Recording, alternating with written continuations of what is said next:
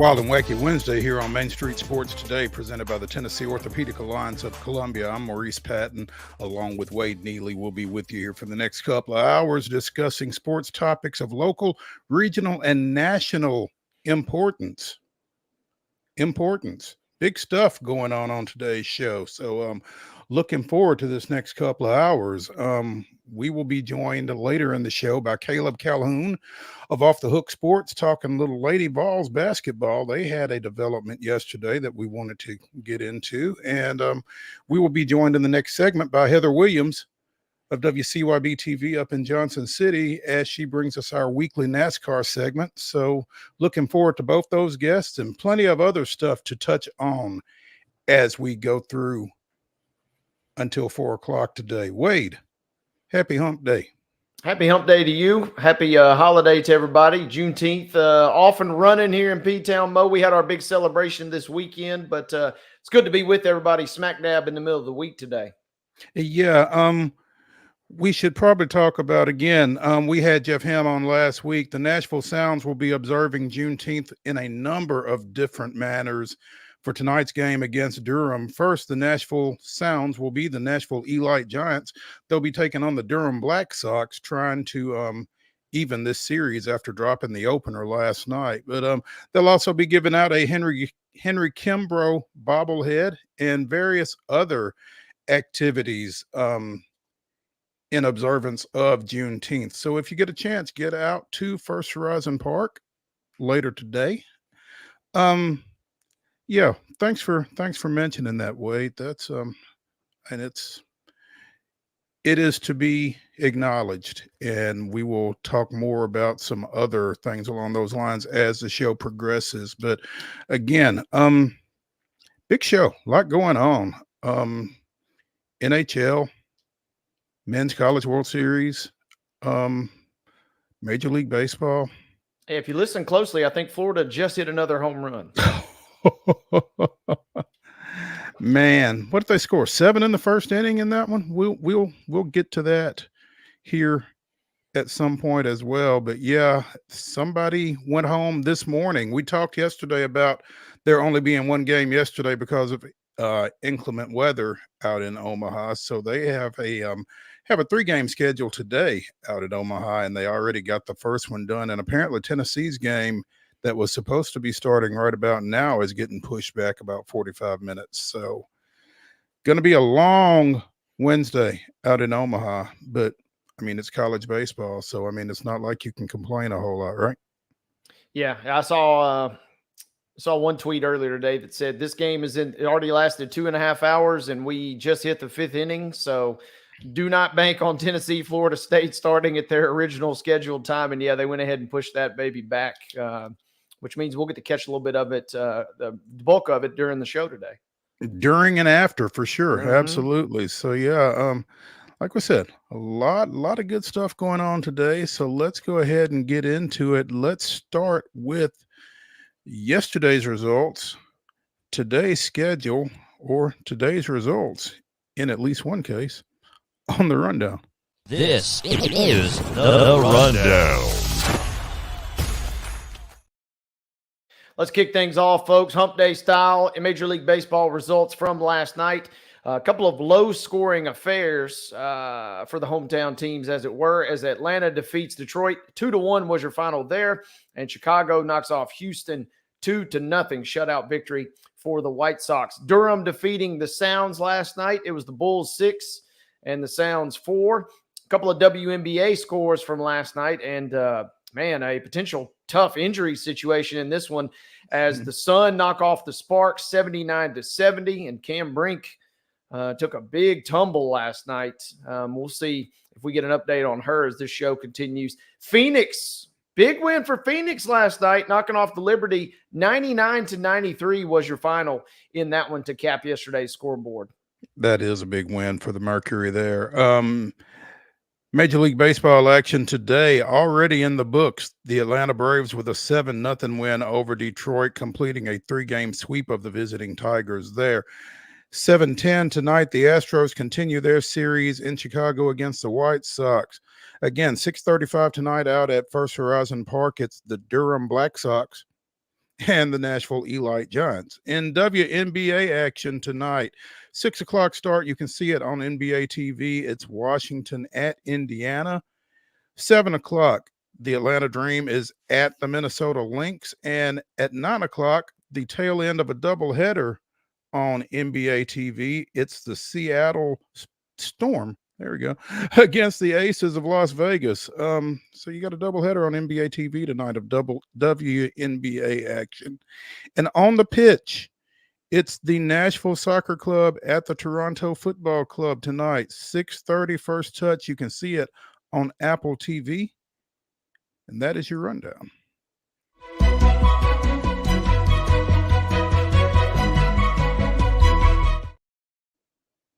Your top story brought to you, as always, by Piggly Wiggly and Neely's Mill over in Neely's Mill in Columbia. Be sure and check out their delicious daily deli lunch items, which are available until 6 o'clock, as well as their hand-cut meats, and everything is cost plus 10% at the cash register.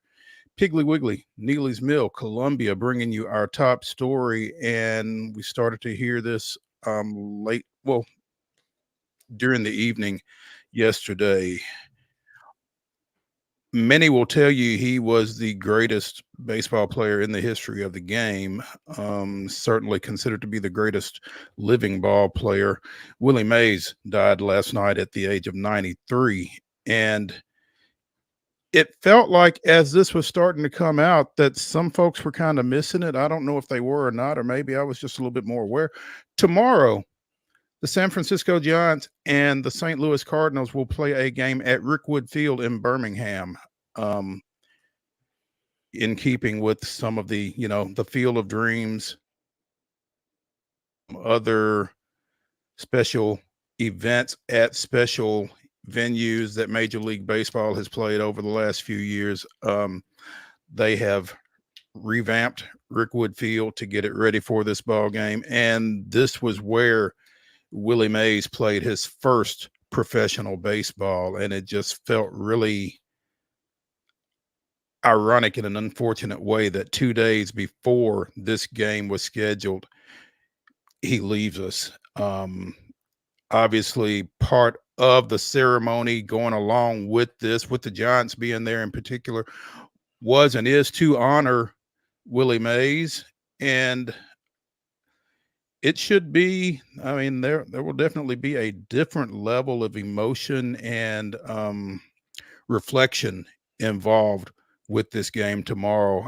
I would be sure, in light of his passing yesterday. In fact, we're going to have John Denton of MLB.com joining us tomorrow to talk a little bit about this game and everything that goes around it. But yeah, this was announced, over a year ago, I guess, that they were going to play this game. And part of the attraction was to pay tribute to the Negro Leagues, to Juneteenth, and to former Birmingham Black Baron Willie Mays. So Monday, he had put out a statement saying that he would not be able to travel to Birmingham and be a part of the festivities. And then less than 24 hours later, he dies. It's just eerily unfortunate, the timing of it, I think.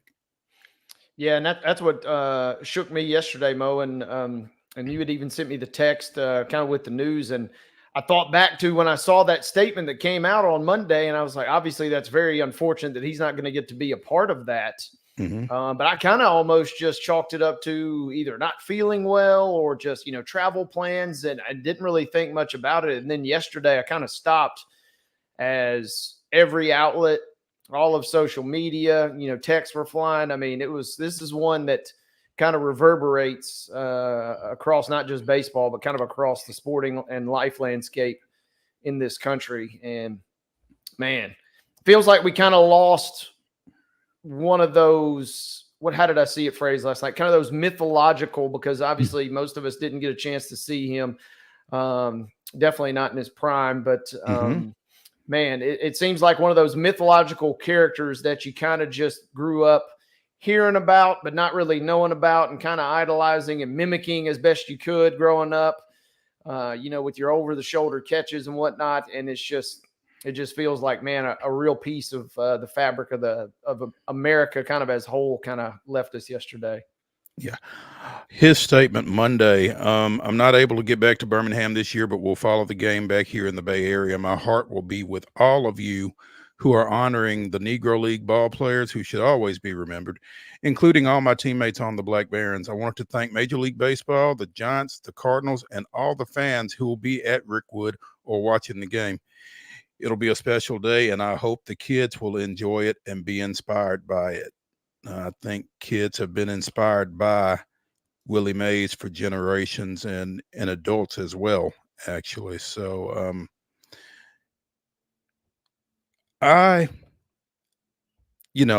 Willie Mays, Hank Aaron, both Alabama greats, both major league greats, two of the greatest to ever play the game. And I've always really been a Hank Aaron guy. No disrespect meant to Willie Mays, but I think that as I've watched more and learned more, I think Willie Mays's five-tool dominance probably elevates him ahead of what Hank Aaron did offensively, not just with home runs. Obviously, I mean, this is a guy who, if he had never hit a home run, would have still had more than 3,000 hits in the majors. But I mean, you really don't have to look any further than the catch in 1954 in the World Series to just see Willie Mays' greatness with the glove.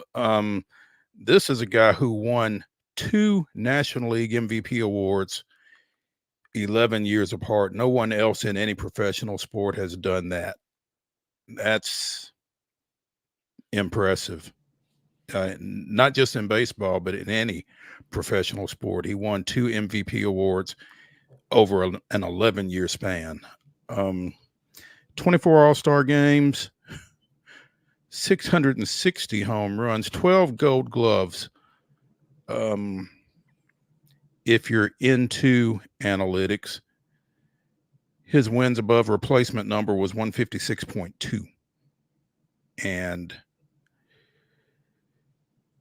he had already played 168 ball games going into his age 23 season. Well, he had only played 168 games going into his age 23 season. Part of that because of his military service. So as great as his numbers were, they could have potentially been even better. So yeah, that's just crazy to think about. Like you said, just 5-tool, outstanding player. By all accounts, just an amazing, amazing guy, an amazing career, an amazing life.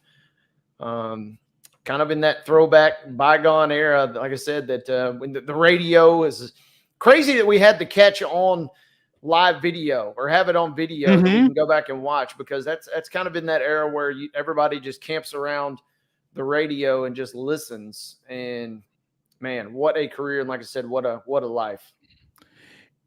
And just the outpouring of tributes in his passing, from obviously from across Major League Baseball, but from other venues, other, forums as well, just kind of speaks to the impact that he had, not just on a sport, but on a country at the time, I guess. I posted something on Facebook couple of days ago about the dwindling numbers of African-American participation in professional baseball right now. I think those numbers were like 6%, down from a high of 18% back in the early 90s. And,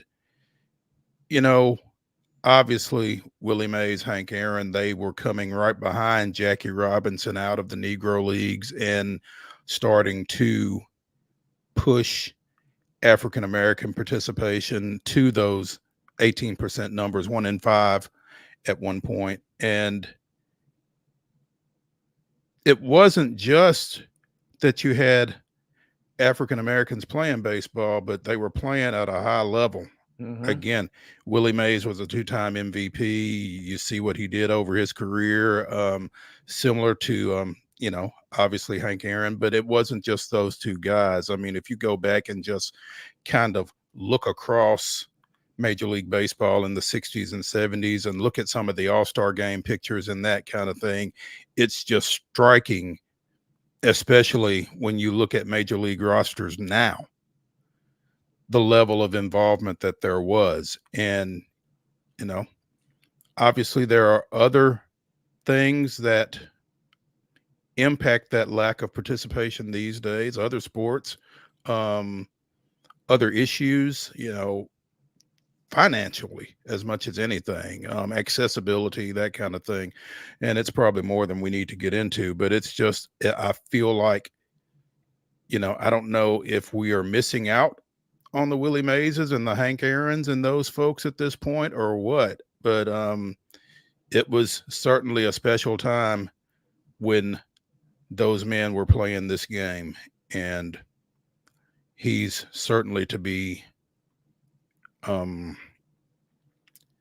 he deserves every tribute he gets, I think. So Willie Mays is dead at the age of 93. And again, I'm sure tomorrow's game between the Cardinals and Giants at Rickwood in Birmingham will take on a new level of importance, and we'll get a new level of attention as a result of this unfortunate circumstance. So should be something to keep an eye on. Let's take a break from the Lee Company studios here on Main Street Sports Today, presented by the Tennessee Orthopedic Alliance of Columbia. When we come back, we'll be talking NASCAR. Stay with us after the break.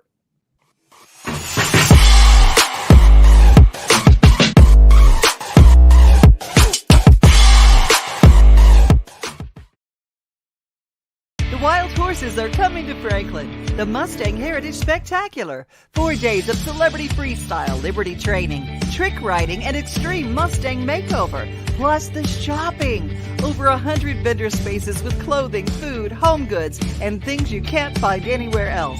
All that and celebrity signings at a music stage too. June 20th through 23rd at Williamson County Ag Expo Park. Don't miss a moment with a weekend pass. MustangHeritageFoundation.org for tickets. Hello, race fans, and welcome to Nashville Super Speedway.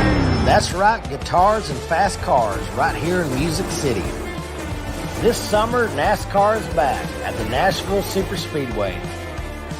Get your tickets now to watch your favorite driver take on the 1.33 miles of concrete chaos.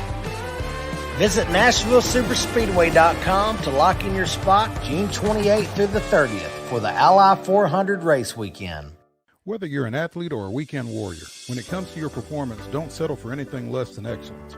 We're proud to announce that Mid-Tennessee Bone and Joint Clinic is now Tennessee Orthopedic Alliance of Columbia, where we are redefining sports medicine and orthopedics. Tennessee Orthopedic Alliance's team of expert sports medicine physicians understands the unique demands of your body.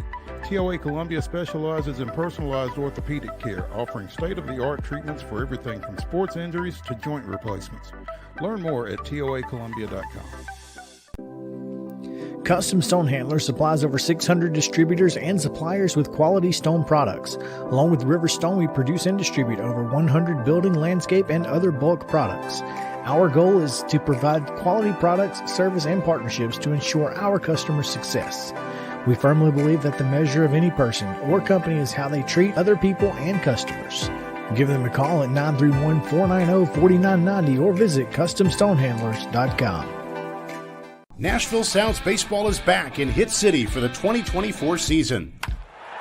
Spend your nights and weekends at the ballpark with weekly giveaways, fireworks shows, throwback deals, live music, and more. Top talent will take the field at First Horizon Park against the AAA Minnesota Twins, Baltimore Orioles, Atlanta Braves, St. Louis Cardinals, Cincinnati Reds, and more. Tickets start at just $10 and are available now at NashvilleSounds.com. We will see you in Hit City.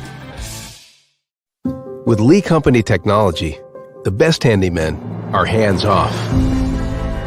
Lee Company techs have been using visual findings and other smart technology tools for years to add transparency and virtually take customers along. You see what we see, whether we're in a crawl space or on a roof. With Lee Company, technology helps us help you, no matter what's happening in the world or at your house. We thrive under the lights. A city of performers, putting on one heck of a show. Headlining night after night. Welcome to Smashville.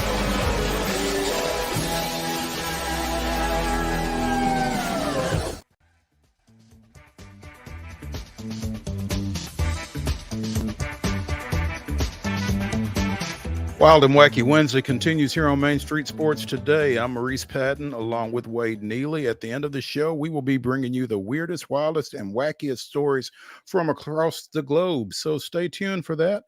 Right now, we are joined by our NASCAR analyst, Heather Williams of WCYB TV out of Johnson City. Heather, happy hump day. Yes, weird and wacky always goes with NASCAR. So happy Wednesday to you as well. You know, every now and then we get something right. It just kind of seems fitting that we talk NASCAR on Wild and Wacky Wednesday because there's certainly never a dull moment. Not usually, no. Every once in a while there's a snoozer, but there aren't many. Ryan Blaney takes Iowa. First win of the year. What took him so long? Should have been a second if he had had, a half a mile of gas at St. Louis. But, I mean, the Fords have struggled. And Ryan has really been one of the better Fords, one of the more consistent Fords of the year. So it was just a matter of time till either he or Keselowski, those have probably been the top two Fords, got to victory lane. He is the defending champ. But it's hard. I mean, it's hard. And the guys that win 2-3 races a year, the Denny Hamlins, the Kyle Larsons, the William Byrons, it just shows you how talented they are because, you can ask, well, what took Ryan Blaney so long? But look at a guy like Kyle Busch. Kyle Busch is, probably before Kyle Larson came along, was the best wheelman in the sport, one of the best drivers in any sport.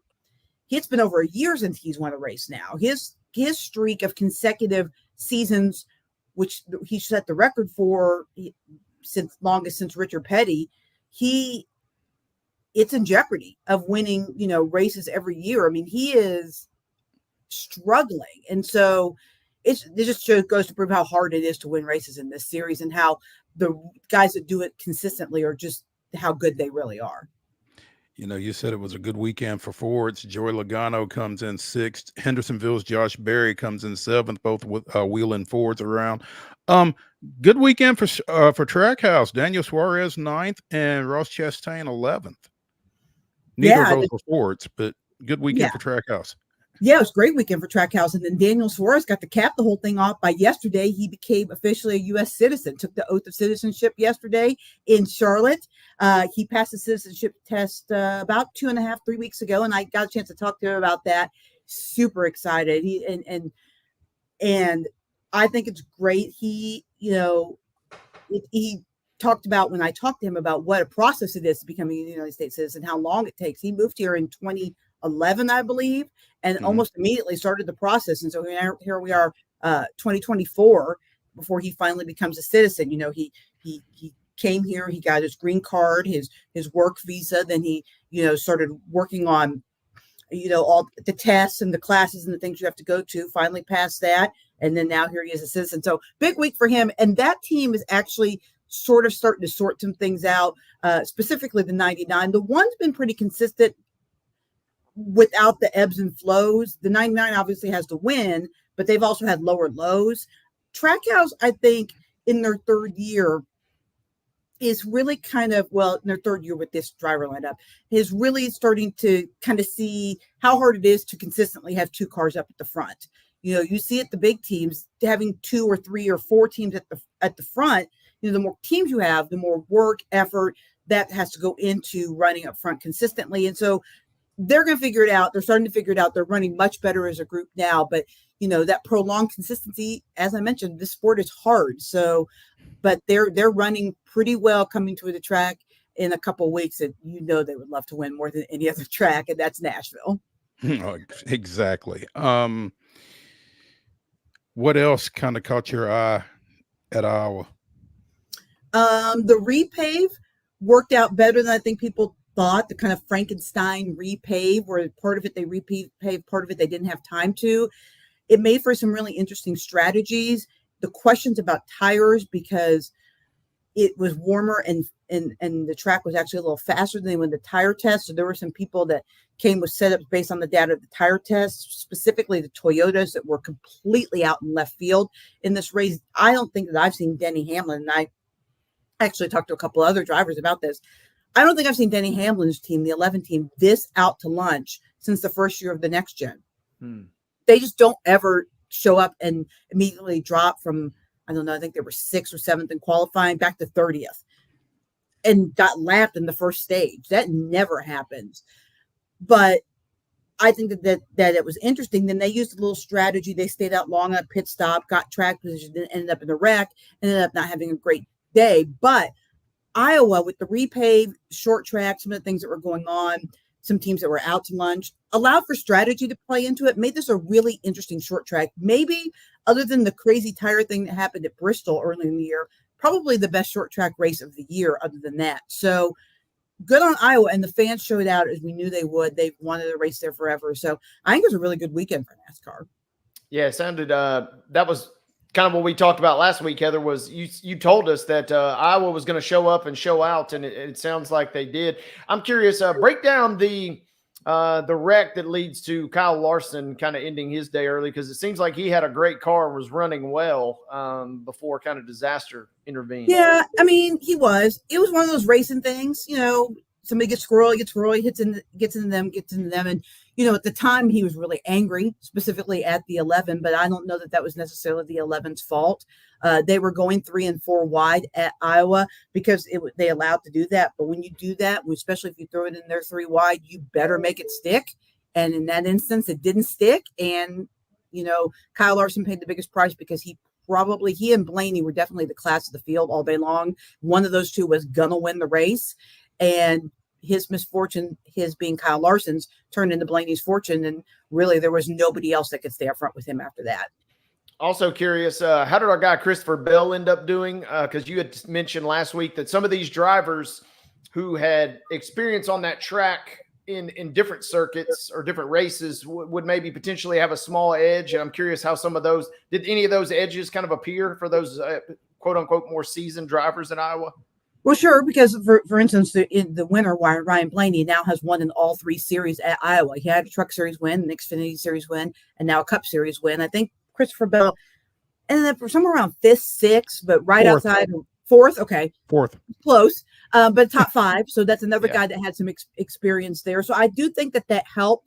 But when you talk to those guys, a lot of them said that, you know, it only helped in knowing and understanding the track. It didn't really help with this car at all because this car is so different, and the setup and the repave made the track a lot different. But when you look at the results, you can't help but think that it played some point, because those guys that we expected to have a little bit of an advantage because they'd raced there in other series. Josh Berry's another one. He made his debut in the Xfinity Series in 2014, I think it was, when he raced. His first race was at Iowa. So he had been there before as well. So I think that it kind of showed that those guys that have been there had a little bit of an advantage. I was also reading an article, kind of some power rankings. Fox Sports puts this out every week. How close is the gap in your mind? They're saying that Chase Elliott kind of is. Christopher Bell is also number 3, but Chase Elliott's right there at number 2 behind Kyle Larson. I guess just in your mind, how much of a gap is there? Is Chase Elliott pretty close to maybe overtaking, or is this a bigger gap than maybe some folks are kind of leading to believe? Well, Chase Elliott is the points leader, but that's just because Kyle Larson missed a race. He spotted everybody a race. Right. So it makes it a little easier. Yeah, it's weird because, you know, consistency wise, Chase Elliott, Alex Bowman, those kind of guys are having really consistent years, but they don't have tons of wins. This championship setup favors wins. So while Chase is the points leader, he doesn't have the bonus points. He doesn't have the playoff points that, say, a Denny Hamlin has, or a William Byron, who have won races. So, you know, I think that Chase needs to go find more of those points. Now, he's getting lots of top 5, so he is getting bonus points and championship points, and those do start to add up. But obviously, the higher you finish, the more you get. So Chase is definitely I wouldn't even say probably. He's definitely the most consistent driver in the garage and the closest to Kyle Larson on consistency. But he doesn't win as much as Denny Hamlin and William Byron. So if one of those two drivers gets hot in the playoffs and rattles off 2 or 3 wins, it's going to be very, very difficult for a guy like Chase if he's not getting the bonus points. To one small mistake would keep him from advancing. So, consistency is great until somebody takes you out Talladega and you miss advancing to the next round. Whereas if you can get wins, you automatically advance. So I'll tell you what, though, it's been an amazing comeback season for Chase Elliott. Last year at the end of the season, everybody was like, "Oh, he hates racing. He's done. He wants to step out of the car. He don't want to do this anymore. He this is not for him." To now, all of a sudden, he's leading the points. So good on him. He's kind of shut a lot of people up for sure. Heather Williams of WCYB TV out of Johnson City joining us here on Main Street Sports Today, presented by the Tennessee Orthopedic Alliance of Columbia. As we're talking a little NASCAR, Ryan Blaney wins at Iowa, followed by William Byron, Chase Elliott, Christopher Bell, and Ricky Stenhouse Jr. closing out your top 5. This weekend, we go to New Hampshire. What are you expecting up in the Northeast? Joe Gibbs Racing to be good. If Denny Hamlin wins, he will run away from the lobster. They give away a live lobster to the winner in Victory Lane, and Denny wants no part of that. Really? Oh yeah, he dead or alive? Well, I think you would probably eat it, but this lobster in Victory Lane is alive, so he wants no part of that. Yeah, you look up the picture; they're absolutely hysterical. There's like a picture of him like ducking and running from the live lobster in Victory Lane. That's kind of fun. Hang on a minute. Let's delve into this a little deeper, because I mean, I know that there's a part of New Hampshire that is Atlantic coast, I guess, but I just never really thought of New Hampshire as seafood country. I mean, they give away a live lobster in Victory Lane. There was actually a pretty good meme last week that said if you won Sonoma, Iowa, and New Hampshire, you would have a meal, because it had the New Hampshire winner holding up the lobster. Obviously, Ryan Blaney ate corn in Victory Lane, and at Sonoma, they give you wine in Victory Lane. So you would have a nice little meal there, some lobster, some corn, and some wine if you won all 3 races. Little lobster chowder there, huh? Yeah, sure. with some wine. I mean, I got to be honest with you. I'm Team Denny. I'm not holding up a live lobster. I'm not doing it. So I love his quote from last year's or 2 years ago. It says, "It's just a big scorpion," and he wants no part of this thing. And I'm with him though. Even though they have the claws, pinched down, I don't want any part of this. The live lobster don't sting though. Those rubber bands can break. I want no part of that. I worked at a grocery store, and yeah, that's the last place I wanted to be, was close to the lobster tank when that had to come up. But he has a good chance of winning. Joe Gibbs Racing is very good at New Hampshire. Why is that in your mind? Yeah. Why are they so good there? Yeah. They're pretty good on the short, flatter tracks. You look at Phoenix, the shorter, flatter tracks. So Phoenix, Martinsville, New Hampshire, St. Louis. They're good. That's the kind of tracks that team performs well on. They're short track. Most of their guys have short track backgrounds, so that race just lends itself to them. Especially Denny Hamlin. Richmond is another track. Richmond's very similar to Loudon, and they dominated Richmond as well. So just suits their driving style of their drivers more than anything else. 18 miles of New Hampshire is coastline. Yeah, but how many miles of New Hampshire are there? There can't be many more than 18. There's not a whole lot more than 18. That is a heck of a point. What other than Denny Hamlin running from the lobster and Joe Gibbs being good, what else this weekend? I think this will be another good test to see how much they've improved the racing for tracks like Richmond and Phoenix. Those 3 tracks are pretty similar, and Phoenix is where the championship race is. So I think NASCAR would really like to have a good showing, a good race at New Hampshire. They've seen some improvements on the shorter tracks over the summer.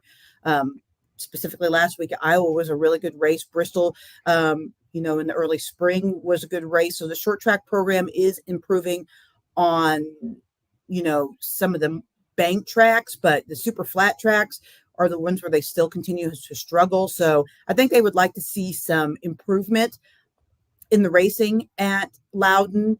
So that may give them hope that they might have some good racing when they get to Phoenix at the end of the year.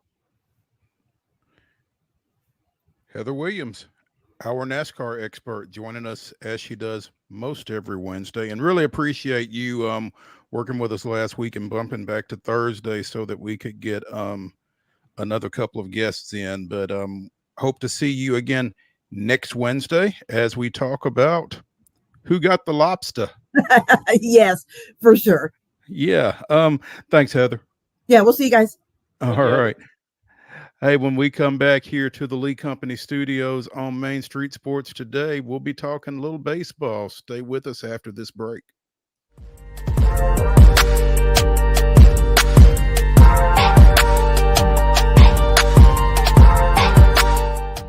Nashville Sounds Baseball is back in Hit City for the 2024 season. Spend your nights and weekends at the ballpark with weekly giveaways, fireworks shows, throwback deals, live music, and more. Top talent will take the field at First Horizon Park against the AAA Minnesota Twins, Baltimore Orioles, Atlanta Braves, St. Louis Cardinals, Cincinnati Reds, and more. Tickets start at just $10 and are available now at NashvilleSounds.com. We will see you in Hit City. Whether you're an athlete or a weekend warrior, when it comes to your performance, don't settle for anything less than excellence. We're proud to announce that Mid-Tennessee Bone and Joint Clinic is now Tennessee Orthopedic Alliance of Columbia, where we are redefining sports medicine and orthopedics. Tennessee Orthopedic Alliance's team of expert sports medicine physicians understands the unique demands of your body. TOA Columbia specializes in personalized orthopedic care, offering state-of-the-art treatments for everything from sports injuries to joint replacements. Learn more at toacolumbia.com. With Lee Company technology, the best handymen are hands-off. Lee Company techs have been using visual findings and other smart technology tools for years to add transparency and virtually take customers along. You see what we see, whether we're in a crawl space or on a roof. With Lee Company, technology helps us help you, no matter what's happening in the world or at your house. Jones & Lang Sporting Goods here in Columbia has been outfitting teams, officials, and anybody else from T-ball to college for 50 plus years. Be sure and check them out at 931-388-8060 or online at jonesandlang.com. Jones & Lang Sporting Goods, the look of a winner. Zion Christian Academy, zioneagles.org or 931-388-5731. You can schedule your appointment. Go tour their campus. It is beautiful over there, and you're definitely going to want to see it. Again, it's zioneagles.org. Give them a call, 931-388-5731, and schedule your tour today. Custom Stone Handler supplies over 600 distributors and suppliers with quality stone products. Along with River Stone, we produce and distribute over 100 building, landscape, and other bulk products. Our goal is to provide quality products, service, and partnerships to ensure our customers' success. We firmly believe that the measure of any person or company is how they treat other people and customers.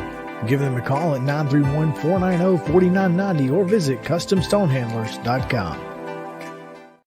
Piggly Wiggly, located in Neely's Mill Shopping Center, is Columbia's locally owned and operated Cost Plus 10 grocery store dedicated to serving the community with low prices and smiling faces.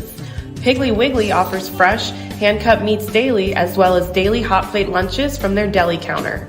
You're certain to see smiling faces and a helping hand when you're here at Piggly Wiggly. Come by and check out our fresh produce, high-quality meats, and more. Down home, down the street, we'll see you at the Pig.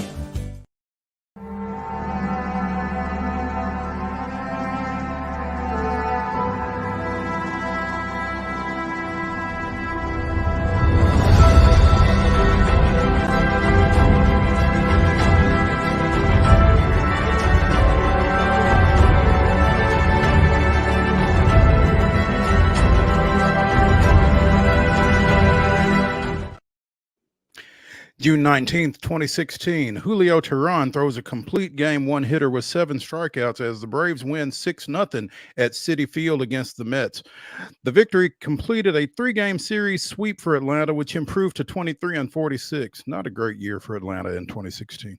Freddie Freeman went 4 for 5, and Chase Darno was among 6 other Braves, including Teheran, with at least 1 hit. that was this day in Braves history. Things are a little bit better in Atlanta these days in 23-46 because not only did they get a second consecutive 2-1 victory yesterday over visiting Detroit behind Spencer Schwellenbach's 7 strikeouts over 6 innings in his first major league win, but they won 7-0 today to close out that 3-game sweep over the Tigers, and Sean Murphy starting to show some signs of life. 4 for 4 today with a pair of singles and a pair of 2-run homers. So, are the Braves back in business? I'm not necessarily ready to say that because it was the Tigers. Sorry, Brady McAtamney, but you'll take it. Absolutely. And the win today was especially impressive because they jumped on our guy Screwball, who we talked about last week. He's a really powerful pitcher for Detroit, and he still struck out 7 in only 4 innings, but they jumped on him early enough to get him out of the game, and he only pitched the 4 innings. So ATL's offense, like you said, starting to show signs of life. Lopez with a good outing, it looked like today. So a quality win for them, and kind of maybe get a little mojo rolling here. Yeah, I mean, though Detroit is not great, Tarek Skubal is. He came in 8-2 with a 2.20 ERA, like you said. Lopez 5 shutout innings, so he improves to 5-2 and continues to whittle down that 1.69 ERA. So, like you said, big win, even if it is Detroit, getting them some confidence. Again, Sean Murphy playing in just his 15th game as he dealt with that oblique injury that he sustained in the opening game of the season. Austin Riley has been showing some signs of figuring some things out offensively at the plate as well. Ozzie Albies getting hot at the right time. So, maybe this offense is getting ready to turn a corner here, which they will need to because they're off tomorrow before they go to Yankee Stadium for a weekend series. So, yeah, that'll be a big boy series and a chance to really kind of see if you're all the way back, right? Taking on one of the hottest teams in all of Major League Baseball. That'll be a fun weekend series that should probably obviously get some national attention. Well, we hope it will be fun, Mr. Neely. For the neutral fan, it'll definitely be fun. How about that? Yeah. You guys might like watching it. If you don't have any rooting interest, it might be something worth keeping an eye on. Yeah. That's the thing about baseball. It's an awesome sport unless your team's playing, and then it's the most nerve-wracking sport on the planet. So what are you talking about? Absolutely. So yeah, that starts a 7-game road trip. Again, 3 at Yankee Stadium, followed by 3 at St. Louis, and then that one-off back in Chicago against the White Sox to make up a weather cancellation from the first week of the season. So yeah, this will be quite the interesting road trip that the Braves embark on starting on Friday after tomorrow's off day. Speaking of Chicago, the White Sox. Real quickly, I was just getting ready to say, it looks like the Phillies are about to lose today as well too. So a double win for the Braves. Hey, we'll take it anywhere we can get it. To be honest, I'm not even paying any attention to Philly right now. I mean, if they don't win the East, it will be more on them, I think, than anything else. I don't feel like this Braves team is a run somebody down type team right now. I think Philadelphia is going to have to play their way back. But if they do, that'll be fine too. We'll see how it goes. White Sox 2, Houston 0, and Justin Verlander returning to the IL. Yep, not good. No matter which way you slice it or dice it. Another segment on this show. Another Astros loss. Another Astro injured. Pretty standard at this point. Unfortunate. White Sox with that win became the last team in Major League Baseball to get to 20 victories on the year. Yeah, congrats to them. They're going to flirt. Don't let them get hot now, folks. Houston coming in is just what they needed to get them kind of right back as the Astros slide seven games under 500. So Hunter Brown is going tonight for Houston. He's pitched okay, but Crochet has been pitching pretty well for the White Sox too. So really has. I don't know. I'm not necessarily looking forward to their chances tonight, but they are favored. I guess as they technically anybody should be versus the White Sox, but you never know how that'll play out. The White Sox 20-54. I mean, 40-108. Ooh. At this pace, that gets kind of ugly. You just hate to see that for anybody. They're going to be up there with the some of the old Astros, the Lastros teams, if they keep that pace up. So Lastros. it will not be pretty for Chicago, but they got the win last night. So yeah, it'll be interesting to see. And we talked last week too about Abreu being gone now, and Singleton has done a decent enough job of kind of holding down the fort at first base, but even John Singleton's kind of struggled this year. So they Houston is teetering on that cusp. We'll just go ahead and pack it up and get ready for next year sooner than later if they're not careful. And it's tough to figure. Again, we've talked about Bregman and Altuve and some of the talent that is on that roster, and for them to not be clicking all at the same time like that, it's just kind of it's hard to figure out how that happens. Yeah, or doesn't happen. Yeah, not good. Kyle Tucker, who's been the MVP by far for them this year, he's banged up. Alvarez is banged up. I mean, you just take your pick of who hasn't been banged up. McCullers comes back in maybe a couple of weeks, which who knows, may give him a little shot of life, but not enough to get my hopes up at this point. Alvarez was not with the team last night, I don't believe. Right. Yeah, and you don't know if that's personal or at this point if it's an injury. Who the heck knows what's going on? Dealing with a family matter, according to Joe Espada, the Astros manager, could be back in the lineup as soon as today. So that's a little more refreshing, I suppose. The one positive for the Astros and their offensive struggles is the emergence of rookie outfielder Trey Cabbage, who played his high school ball at Granger High School up in East Tennessee. So there's always a connection. Cabbage 2 for 3 in last night's loss. So keep him rolling. Maybe get him a healthy payday or a nice little maybe a soft landing spot if they decide to deal him or something. And the good news is, and then I can just go back to just burying my head in the sand. This is the reason this is the fun part about not getting too riled up about baseball till about September is if your team's not that great, you ain't got to worry about it. And then if they end up being okay, we can tune in for the last 50 games of the regular season and otherwise see what the postseason holds. Otherwise, you just roll into football, right? Yeah, it's like almost like it didn't even happen at that point. It's a beautiful, beautiful thing. Dodgers were down 9-4 going into the 9th at Colorado last night. Wind up winning 11-9 in 9 innings. Got a pinch hit grand slam from ex-Brave Jason Hayward and got a 3-run homer from Teoscar Hernandez.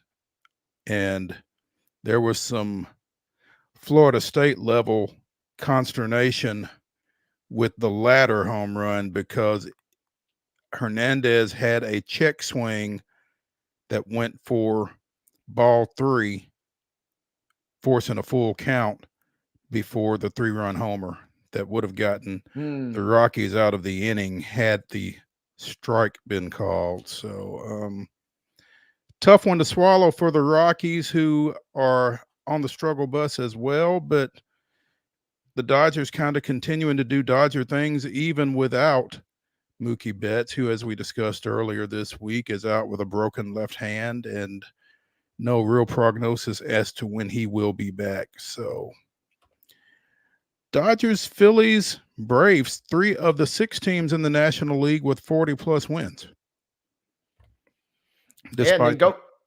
And then the Brewers in the Central, go back to our preseason preview. Me, you, and Chris all said we didn't know what the heck Milwaukee's kind of strategy was this year based on some of their offseason moves. And then here they sit. They're 6.5 games ahead in the Central right now. Yeah. Milwaukee said, don't worry about us. We got this. Yeah. Y'all do your own thing. We know what Yeah. we're doing, and just Go ahead. leave us alone. We'll figure it out. We got this. We'll see y'all in September. Yep. Yep. We talked about the game at Rickwood Field tomorrow night, the Cardinals and the Giants. A tribute to the Negro Leagues and obviously a tribute now to the late Willie Mays. This game will make Major League Baseball history when Alan Porter calls balls and strikes at home plate. Adrian Johnson will serve as first base ump and crew chief. C.B. Buckner will be at second and Malachi Moore at third. Jeremy Rehak will be the replay overseer. This will mark the first time in MLB history that there has been an all-black umpiring crew. This was reported first by Ken Rosenthal of The Athletic. These 5 guys are the only 5 active black umpires in Major League Baseball right now, and they're all working this game tomorrow night. Very cool to be able to pull that off. Obviously, just thinking about the logistics to kind of go into that with the assignments and things. That was it's going to be a very nice kind of touch to kind of go into some of the topics that we talked about, what this game is kind of overall kind of embodying, right? So a very cool story, and one that kind of, until you threw out the number that it was just that number was be as low as it was, I kind of was somewhat surprised that this had not occurred. But this is going to be a very cool thing, kind of part of the whole motif, right? That's going into the big game tomorrow night. Yeah, I think it's fitting given everything else that is wrapped up in this ball game that Major League Baseball would see fit to address this in this manner. There have only been 11 black umpires in Major League Baseball history, including Nashville legend and Martin Methodist legend Chuck Merriweather. So there have been 11 all time, and again, these 5 that will be on tomorrow night's game are the only 5 currently active. It's a nice touch. It really is, and I think it's great that Major League Baseball, saw the opportunity to do something like this and did. All 5 of them will be wearing a patch honoring Emmett Ashford, who became the first black MLB umpire when he did so in 1966. All umpires wore a patch in 2016 to mark the 50-year anniversary of his Major League debut. He died in 1980, but this is again, you'll run into folks that are like, why is it a big deal? Well, there are plenty of reasons for it to be a big deal, and it's nice. I follow a young kid out of North Carolina, Chiron, the kid umpire, I think, who is a young African-American umpire. And it's kind of surprising that he's not playing the game, but apparently he loves umpiring and has gone to some umpiring camps as a youngster and different things like that. But I just think it's fantastic when people can see people that look like them doing things. That's what it's all about, right? It really is. And, it's not an issue for everybody to see folks that look like them. And so when you have the opportunity to address that dearth, it's nice to be able to do it. So hats off to Major League Baseball for pulling this together and making this work. I think tomorrow night's game is going to be fantastic. I've never been to Rickwood, and it's unfortunate, and it's an oversight on my part. And got to get down there. There's so much history in that facility, and it sounds like Major League Baseball and the city of Birmingham have done a really good job of getting it up to spec and getting it spruced up and ready for this historical event. And again, kudos to Major League Baseball for making this whole evening happen. Looking forward to seeing how it comes out. Other cool thing, Mo, that I'd mentioned it a couple weeks ago when we talked about the Negro leagues and kind of where the relationship with their statistics and things, and the fact that MLB, the video game now, MLB, the show, is the last 2 years definitely kind of leaned into that historical perspective. They've added another cool wrinkle. Tomorrow, they're going to be adding Rickwood Field as a playable ballpark to the game, and there's also going to be a storyline kind of centered around Willie Mays that you're going to be able to download and play too. So MLB is really going all out on this thing, which is going to be very cool to see, and kind of just another nod from Major League Baseball. And again, in this vein of there's always a Nashville connection, Nashville baseball historian Skip Nipper is apparently on the premises down there for all of the festivities going on at Rickwood this week. Apparently, I think there was a minor league game there either last night or tonight. I'm not sure which, maybe both. Maybe the Birmingham Barons are playing there this week. I know the Montgomery Biscuits are playing because I just looked up earlier to say if Ben Peoples was going to pitch tonight, but he had just pitched a couple days ago, so he won't be going tonight. But I do know that the Biscuits were going to be pitching, or we're going to be playing. Are they playing the Barons? I assume so. I assume so. Yeah, Birmingham Black Barons versus the Montgomery Gray Sox, as were the official designations for the games. Okay, so that was that last night, tonight, both. Let's see on that. Last night there was one game for sure. There might be one tonight, but last night it looks like Montgomery won 16-5. Tell me how this happens, Mo. They win 6-5, but Birmingham cranks out 15 hits. 15 hits, they only got 5 runs, and they lose the game 6-5. That's some offensive inefficiency. The only thing I can attribute that to is Birmingham is the AA affiliate of the White Sox. Yeah, okay, yeah. Well, kind of makes a little more sense when you put it like that. You're right.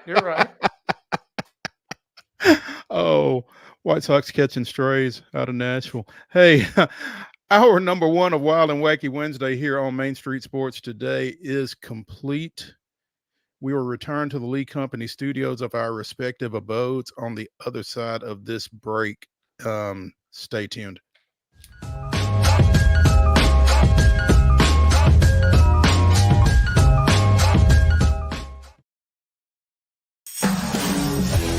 We thrive under the lights. A city of performers, putting on one heck of a show. Headlining night after night. Welcome to Smashville.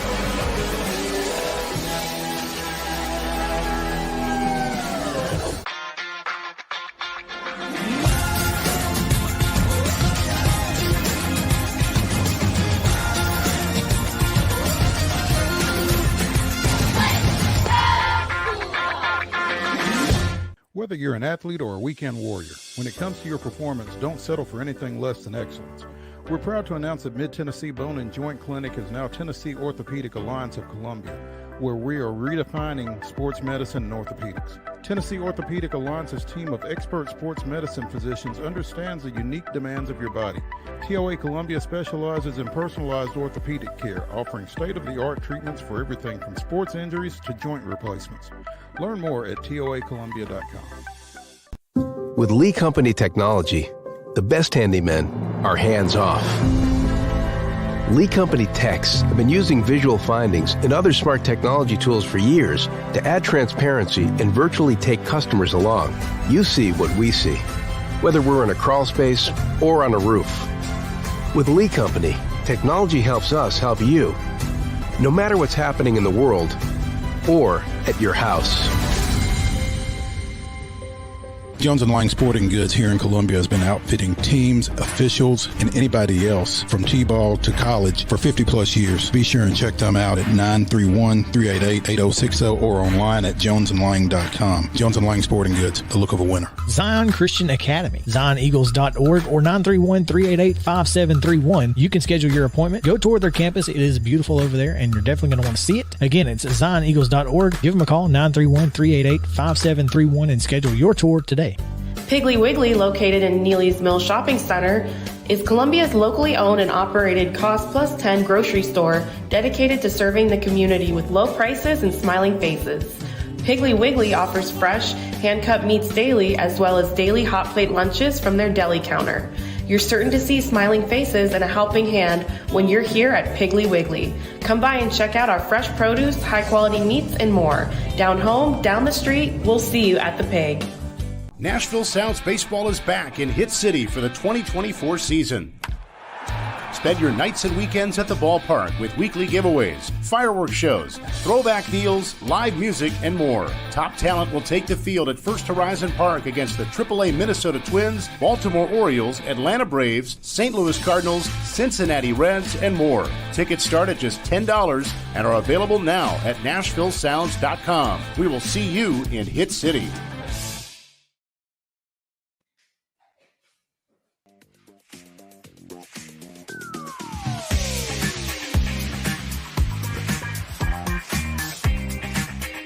I'm Maurice Patton. That's Wade Neely. We are Main Street Sports Today, presented by the Tennessee Orthopedic Alliance of Columbia, coming to you from the Lee Company studios of our respective homes. Hour number 2 of Wild and Wacky Wednesday starts right now, and one of the wildest and wackiest things is going to NCAA.com and seeing that Florida State is leading Tennessee 2-0 in the top of the first, and then looking up at my screen and seeing that Tennessee is leading Florida State 2-0 in the top of the first. So one of the things I learned as a sports journalist at an early age is never trust a scoreboard.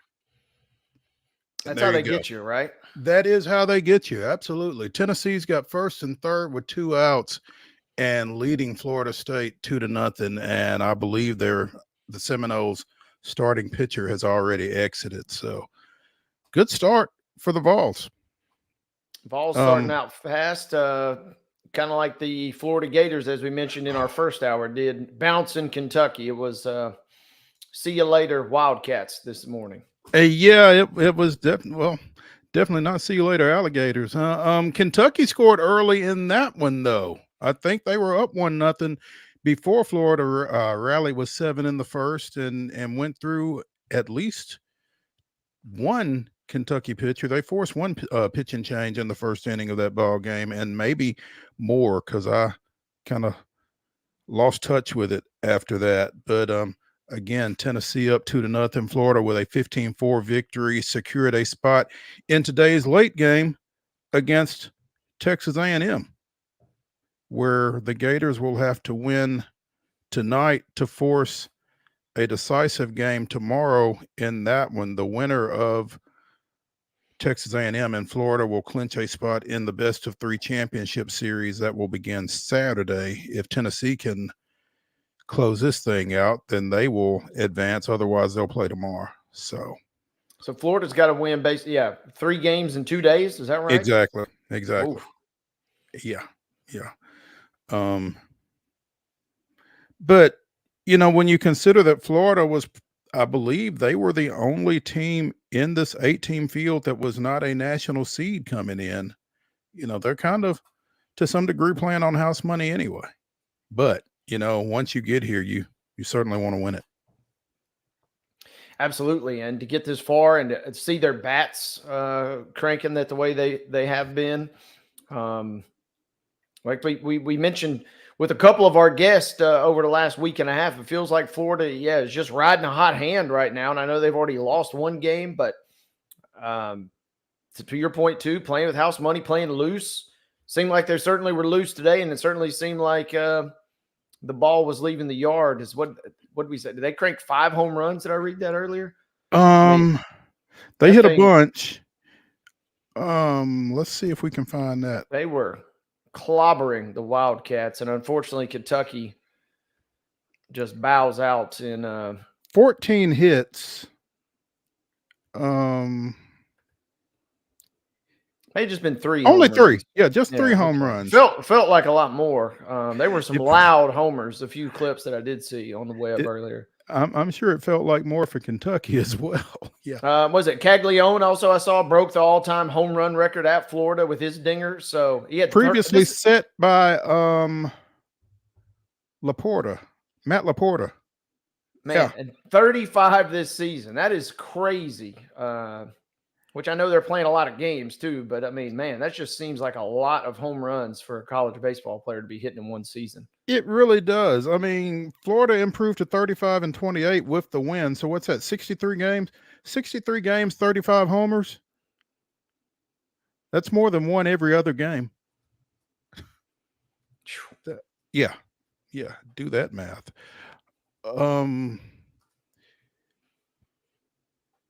I'm sure you watched some of the Stanley Cup final last night, and Connor McDavid continuing to do Connor McDavid things as Edmonton gets this thing back to Canada with a 5-3 Game 5 victory at Florida.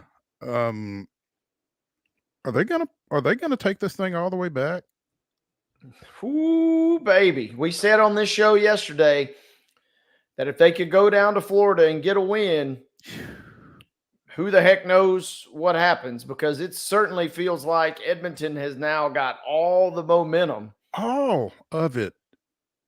And McDavid is doing McDavid things. I mean, this guy, there's he kind of is playing in the big moment, like when he came into the league and everybody drafted it, or, when he was drafted and everybody's they're throwing the comparison out saying he is potentially going to be the next great one, the next Gretzky, at least. The next great one in caps, huh? Capital T, capital G, exactly. capital 1. And that's all well and good in the regular season, but you got to do it in the postseason. And the fact that he's kind of single-handedly, at least last night, willing them back to Edmonton, man, it feels like they have got all this momentum now.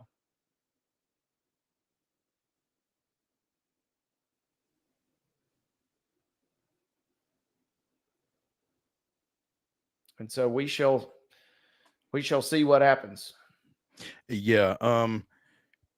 McDavid, two assists last night. He had already surpassed Gretzky for what, postseason points in a career? Is that the mark that he passed Gretzky in Game 4? Now that one I couldn't tell you. I do know he's basically flying up the record sheet at such a crazy rate right now, because they're having such success, and obviously they're playing a ton of games by going this deep into the postseason. And again, going this deep into the postseason after falling behind 3-0 early on, it's almost like they just wanted to create a little chaos. I don't know. We said, what was it? The Maple Leafs in 42 that came back from a 3-0 deficit against Detroit. Nobody else in the NHL has done it. Yep. And then now the question is getting raised, Mo, is even if Edmonton loses the series, has McDavid done enough to potentially win your Conn Smythe? And I think if he has another great game, next game is Friday, I think. Mm-hmm. If he has another great game and gets the series back to Florida, and Florida just, scoots by with a 2-1 win or something, and it's kind of a nondescript victory, man, you got a really good shot at potentially giving him that Stanley Cup Finals MVP trophy at that point. Win or lose. In that 8-1 win on Saturday, he had his 32nd assist. Gretzky's record for most assists in a single season was 31. So he broke that, and then he added to that with 2 assists along with 2 netters last night. So yeah, Edmonton is now down 3-2, but they're going home. And as you said when we were discussing this earlier in the week, as wild as Rogers Place was for that game 4, can you imagine what it's going to be like for game 6? It's going to be off the charts. And the cool thing will be, if they lose, yes, it will stink. And yes, the fans will be upset. But man, it will still be an epic celebration, because after looking like they were left for dead, the fan base is going to be just that much more galvanized playing at home, obviously. But it will be an electric environment, win or lose, because they are going to get a kind of champion salute, even though if they didn't pull it off, just because I think they showed such heart and resilience to kind of get it back to where they were. Because through the first 3 games, after the first 2 games for sure, but they showed a little more sign of life in game 3, but through the first 3 games, they were looking completely dead. Well, I mean, they could have completely caved in game 4 and clearly did not. And they could have said, okay, this 8-1 win is a nice one to go out on. They said, if some is good, more is better. So going back to Edmonton for game 6, and $1,034, cheapest ticket I see on StubHub at the moment. So all things considered, not a horrible price. So if you want to get in, lower bowl though is going to set you back a little more. That's going to cost you about $2,500 or so if you're trying to get a little closer down to the 100 level. We're going to figure out how big a fan some folks are, huh? Yep. Yeah, and you probably, if you were maybe saying I can only go to 1 game, well, if we're down 3-0, I might as well spend all my money I got for game 4. We're not coming back anyway. We're not coming. Yeah, about that. I need a small bank loan in the form of $1,500 to get into the door on Friday. Would a bank? Well, a bank in Edmonton might lend you that money. Yeah, they got that oil money up there. Oh, they'll cover you no matter what. You're going to the hockey game? We got you. Yeah. It is a 7:00 puck drop Friday night on ABC for that one, and I'm sure there will be many eyes upon it. Last Wednesday, Wade, we had the opportunity to speak to former Hillsborough standout Aaliyah Logaleo, who was beginning a professional softball career with the Chattanooga Steam. The Steam opened their season at Frost Stadium today with a 4-2 walk-off victory over the Florida Vibe, as former Georgia standout Sarah Mosley hit a walk-off 2-run homer to win it. So the Steam off to a 1-0 start with that 4-2 victory over the Florida Vibe. Later tonight, it'll be the OKC Spark and the New York Rise playing down at Frost Stadium. Tomorrow, it's the Steam and the Rise at 10 o'clock our time, 11 in Chattanooga, followed by the Spark and the Vibe at 6:30 our time.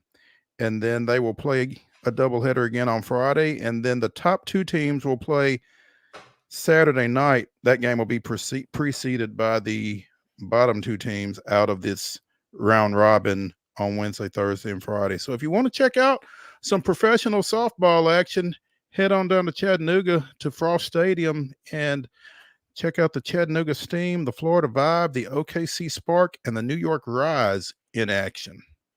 Hey, real quick, Mo, before Vol's Twitter comes and beheads me, I got to point out, we were talking about the home run leader list. Christian Moore's got 33 dingers on the year. And these, both he and Caglianone are in the top 10 all time. 48 is the all-time record. Pete Incaviglia from Oklahoma State back in 85 with 48. Lance Berkman third on the list with 41. But Christian Moore with that dinger earlier in this tournament, he passed a little-known slugger from Southern California by the name of Mark McGuire on the all-time college baseball list. So, again, I didn't want Vol Twitter coming at me. I know they can be a furious bunch, so I wanted to clear the air that Moore's only a couple off the record as well. You do not want Vol Twitter coming after you. Kavaris Tears just end at the bottom of the first with one of the best catches you're going to see. Kind of pulled a Hunter Ensley. He might have been a little bit more exposed, actually, than Ensley was the other day. Tears playing center today looks like. I've not seen a starting lineup, but yeah, he just ran one down in the right center gap from center field to end the first. Tennessee still leads 3-0 after one. Continuing with the grab bag. We were talking a little off air prior to the show, including the faceless and mostly voiceless producer Mark. We got professional golf coming to Middle Tennessee this weekend. The Live Tour coming to the Grove down in College Grove for a 3-round event starting Friday, I guess. They play 3 rounds, not 4. And I think some folks that are coming into town for this event are going to be a little shocked at just how far College Grove is from Nashville. Yeah, they got to make a little further trip, especially if they booked a hotel downtown, right? Mm-hmm. You're gonna have to. It's going to be some early mornings. Yep, a little more expensive Uber ride than you probably would have. But yeah, this is gonna be fun in the sense, obviously, everybody's kind of a little more heightened by the fact that DeChambeau's in town after what we saw this past weekend. Honestly, otherwise, and that's kind of where I kind of land on this is I had looked at the Live Tour schedule, months ago and saw that Nashville was on the list this year for their first stop here, but it literally had kind of left my brain. It did not re-enter my brain until today. I started seeing some chatter online about it, and I was like, oh yeah, it's coming to Nashville. So the fact that DeChambeau is here is, I think, going to raise attention and raise awareness and maybe therefore ticket sales, but it'll be a fun event, especially with him kind of, apparently still lugging the U.S. Open trophy around. So maybe he'll maybe stop and take some photos with some fans. He was doing a really cool job at the U.S. Open last week of really interacting with the fans, even in the middle of his round. He was lugging the trophy around. In fact, there is a picture out there on social media of him and him sharing the trophy with friend of the show, Teresa Walker. So somehow I'm not surprised that she was able to get in position to be close to the trophy. She's got a nose for the news and all the goings on. So and everything that goes with that. Absolutely. But yeah, Friday, Saturday, Sunday, Live Golf out at the Grove, excuse me. From the PGA comes news that Tiger Woods has been given an exemption for signature events, citing exceptional lifetime achievement. Apparently his 20 victories have given him a lifetime membership to the tour, but signature events, and Wade, you're probably more familiar with that designation than I am. Hang hold on, just all right. Sorry about that. I don't know what I hit that brought in the audio from NCAA.com. Anyway, Tennessee's still losing if you pull that audio up, it sounds like, from what you said earlier. We closed that out for a number of reasons. The 8 limited field tournaments carry signature event designation, I guess, and golfers must be in the top 50 players in the previous season's FedEx Cup point list, the top 30 players in the official world golf rankings, current year tournament winners, and or those considered to be playing the best golf in a given season. Unfortunately, at this point, Tiger fits none of those descriptions, but received that exemption from the tour in a nod to his past performance and his impact on the sport when he was at the top of his game. But it's not expected that he will be using that exemption when you consider that he's only started 4 tournaments this year, and only the Genesis Invitational, which he is the host of, qualifies as a signature event. So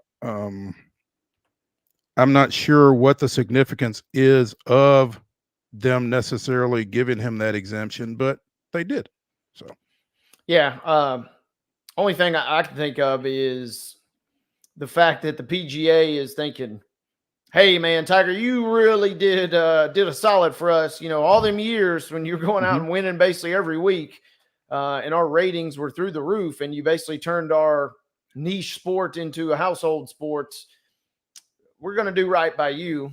And on the other end, obviously, it's cool for Tiger because if he does want to play, unfortunately, his play has reached the part of his career where his results are just not there. And so without these specific exemptions, you know, whether it's a major or having won a tournament in years past, things of that nature, without having that, he wouldn't be able to even play. So the fact is they're just leaving the door open for him. Hey, you know, if you're willing to play or if you want to play, you know, here's a solid that we're doing for you because you did obviously so many solids for us over the years. absolutely.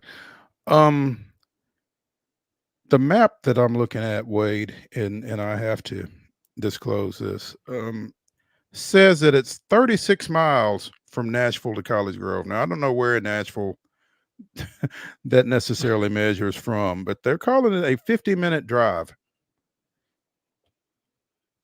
I don't know about that. I guess with 840 maybe, but Well, yeah, you know, if you're talking about the live tour, you know, a little more bougie or certainly a little more affluent crowd, but you maybe Affluent, a yes. hover car or helicopter, I you don't know, is kind of I in don't your know. future, and you're not dealing with the normal traffic problems that us mere PGA and other fans would have to deal with, right? I don't know, man. If you are going to make it from Nashville to College Grove in under an hour, I'm not sure I want to ride with you, but hey, you do you. Yeah. Let's take a break from the Lee Company Studios here on Main Street Sports Today, presented by the Tennessee Orthopedic Alliance of Columbia. When we return, we'll be joined by Off the Hook Sports' Caleb Calhoun, taking a look at some Lady Vol basketball. Stay with us after the break.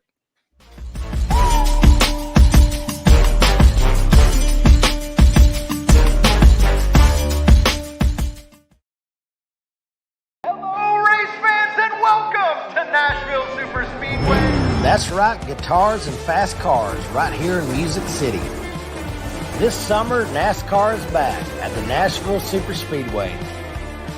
Get your tickets now to watch your favorite driver take on the 1.33 miles of concrete chaos.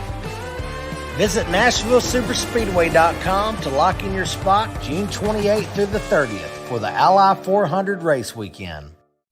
With Lee Company technology, the best handymen are hands-off. Lee Company techs have been using visual findings and other smart technology tools for years to add transparency and virtually take customers along. You see what we see, whether we're in a crawl space or on a roof. With Lee Company, technology helps us help you, no matter what's happening in the world or at your house. Piggly Wiggly, located in Neely's Mill Shopping Center, is Columbia's locally owned and operated Cost Plus 10 grocery store dedicated to serving the community with low prices and smiling faces. Piggly Wiggly offers fresh, hand-cut meats daily as well as daily hot plate lunches from their deli counter. You're certain to see smiling faces and a helping hand when you're here at Piggly Wiggly. Come by and check out our fresh produce, high-quality meats, and more. Down home, down the street, we'll see you at the Pig. Whether you're an athlete or a weekend warrior, when it comes to your performance, don't settle for anything less than excellence. We're proud to announce that Mid-Tennessee Bone and Joint Clinic is now Tennessee Orthopedic Alliance of Columbia, where we are redefining sports medicine and orthopedics. Tennessee Orthopedic Alliance's team of expert sports medicine physicians understands the unique demands of your body. TOA Columbia specializes in personalized orthopedic care, offering state-of-the-art treatments for everything from sports injuries to joint replacements. Learn more at toacolumbia.com. Custom Stone Handler supplies over 600 distributors and suppliers with quality stone products. Along with River Stone, we produce and distribute over 100 building, landscape, and other bulk products. Our goal is to provide quality products, service, and partnerships to ensure our customers' success. We firmly believe that the measure of any person or company is how they treat other people and customers. Give them a call at 931-490-4990 or visit CustomStonehandlers.com.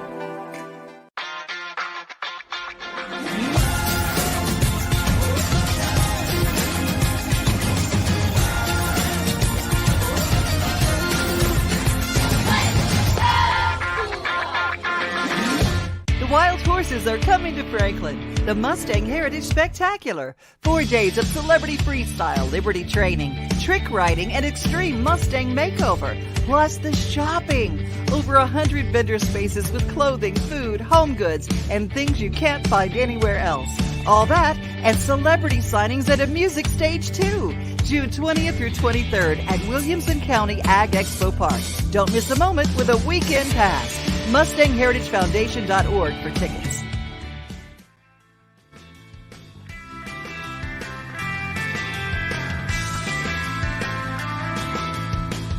Wild and Wacky Wednesday here on Main Street Sports Today, presented by TOA of Columbia. In our final segment, Wade and I will be bringing you the weirdest, wildest, and wackiest news from across the globe. Right now, though, we're going to Knoxville, checking in with Calhoun of Off the Hook Sports, talking a little Tennessee women's basketball, because under new coach Kim Caldwell, the Lady Vols have been active in the transfer portal, and they got yet another pickup yesterday. Caleb, good afternoon, first of all. Good afternoon. How are you guys doing? We're doing well, man. Doing well.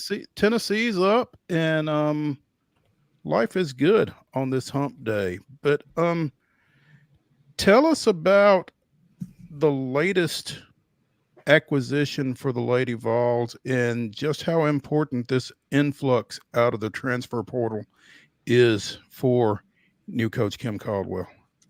You know, I got to be honest, it's actually a little curious because the person that you added, for those who are curious, her name is Rapulucci Ayodel from Madrid. She comes from Pitt. She played 2 years in junior college, and she's from Madrid, Spain. She only averaged about 4.5 points last year, but she did average over 6 rebounds. She's clearly in a little, just under 18 minutes. She's 6'1", a junior, very aggressive under the basket, you know, a defense and rebounding specialist.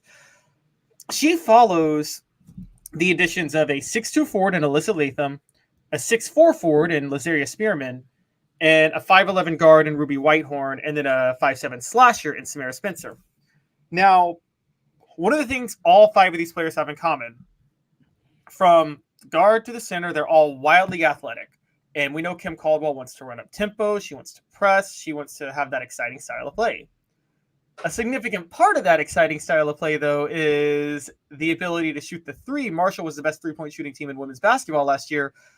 And guys, I don't know if y'all know this, none of these players can shoot to save their life if you look at their numbers.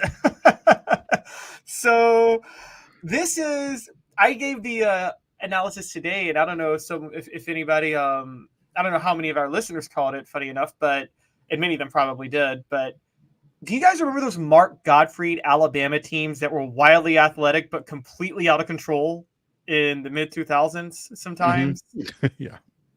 With Damari Carroll and those people. I feel like she's building that type of team this year, and I get it. She's having to settle because she couldn't get the talent she wants in her first year, but it seems like this Tennessee team is just going to be insanely athletic and turn the tempo up and have a ton of chaos, but it won't be the controlled chaos that she really wants to have at first.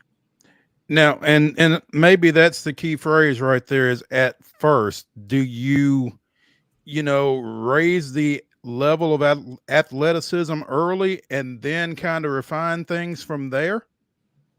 Hopefully. That's what I think. That's what I think her goal is. They have a couple of shooters that are returning to the team that aren't athletic, so that was always the concern, that they wouldn't fit with what Kim Caldwell's trying to run. But I think she's kind of actually going a little bit of the Bruce Pearl model when Pearl was first at Tennessee in 2005, 2006, because for the people who don't remember, Chris Lofton wasn't that athletic. He didn't really seem built to run that full court press tempo system with the flex offense, the Tom Davis style that Bruce Pearl ran. But what that did do was it created so many open looks for him. And a lot of players that and on the other side, to be fair to Kim Caldwell on this, a lot of these players who may not have been good three-point shooters may look a lot better next year, because if you turn up the tempo like this, you're going to get a lot more open looks. So I think that's what she's banking on. And if she can make a splash early, maybe get to the second weekend of the NCAA tournament, which I know is a lofty goal, but Danny White made it clear he doesn't want to drop off. He expects a improvement immediately. If they can do that, maybe that splash will be enough for her to then, yes, be able to go and recruit top-notch elite talent the next year. Because the thing about women's basketball is, yes, there's a lot of elite coaching, but more than probably men's basketball or football at this point, I mean, going all the way, it still comes down to recruiting at the end of the day. And I mean, Dawn Staley, Gina Oriema, they just had a monopoly. And Pat said, it still is if you land an Aaliyah Boston, or if you land an Aja Wilson, or if you land a Candace Parker, or Maya Moore, you're going to win the next couple of national titles, and that's just how it goes. Ain't a whole lot of them out there, but yeah, your point is made. Basically, Caleb, it looks as if I don't know that this is by design necessarily, but it feels like, she's kind of brought in a starting lineup. Now, I don't know if that's the way it will work out. Who are some of the top returners that you feel like things are going to be, I don't know, built around, or who are the top returners in line to contribute this year in Kim Caldwell's first season? Well, it was key for them when Jewel Spear decided to come back with Kim Caldwell. I think that was a big, big benefit for them, because she's very well equipped to run this offense in a really, really effective way. I think probably the most effective shooter on the team that she's going to try to build her shooting around will be Sarah Puckett. Sarah Puckett was 35% from three last year. She hit about 38 threes. I think when it's funny, I mentioned Chris Lofton. That's kind of a model you can maybe go with, where she's not the most athletic, but if the other players around her can turn up the tempo, she should be able to benefit somewhat and have a lot of good looks. I think Destiny Wells, who only played 10 games last year, I think they're going to try to have her back to, I think they're going to hope she can make a bit of an impact. And Kaya Wynn played every game last year, but just wasn't that effective of a scorer. And they're expecting her to, I think, do a lot more this year. So there are players on this team coming back. Oh, and I forgot Tess Darby. Tess Darby is a major addition, a major returnee.